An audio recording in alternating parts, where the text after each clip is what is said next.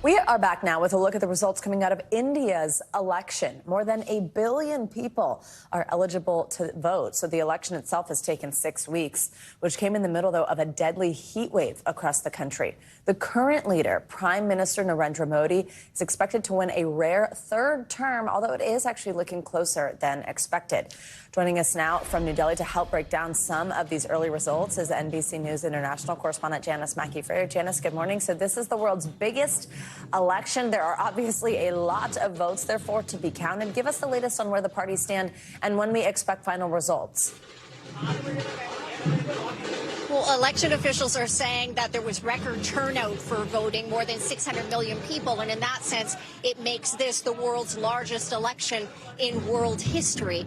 And while Prime Minister Narendra Modi and his BJP party, along with coalition partners, were long forecasted to win, there was a stronger than expected showing by the opposition coalition led by the Congress Party. And Modi, it looks like he will emerge with a narrower majority, and that's being seen as a setback.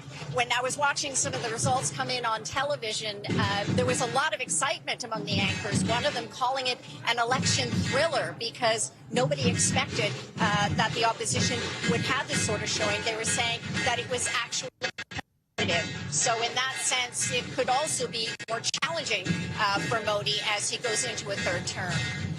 Yeah, while he is such a popular leader, an approval rating of 74%, critics argue that Mr. Modi's time in office has been bad for human rights and for minorities like the country's Muslims. What problems is his government likely to face in its third term should he win this? Jobs, inflation, equality. Those were the three things that we heard most when we were talking to people, especially from young people. There is a booming young population here, a demographic bulge, and many of them say they can't find quality jobs. So that's going to be a challenge. The bigger issue looming for a lot of people here is whether a stronger Narendra Modi will institute constitutional changes. They say that the country has seen a democratic backsliding over his 10 years in power, and their worry is that there could be moves to change the constitution, which enshrines India as a secular nation, to redefine it as a Hindu nation, to bring it more in line with Modi and the BJP's ideology. Savannah. Thanks for watching. Stay updated about breaking news and top stories on the NBC News app or follow us on social media.